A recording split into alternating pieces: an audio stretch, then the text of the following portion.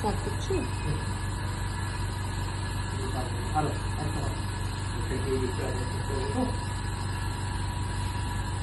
কখনো তো করেননি, ঠিক আছে? করার সময় দাঁত চিরচির করবে, এমনিতেই ঠান্ডার সময় ঠান্ডা পানি বের হয়, দাঁত চিরচির করবে।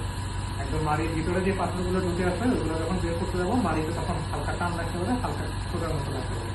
যদি খুব বেশি ব্যথা করে তখন কোনো সমস্যা কি করেন, হাত তুলে সিগন্যাল দিবেন, আমি কাজ চালানো জিজ্ঞেস করবো কি সমস্যা হয়।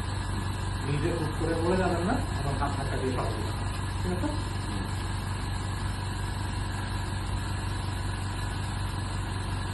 আর ছোট ছোট অবস্থা ডাল সরাতে হবে, আর ছোট ডাল তৈরি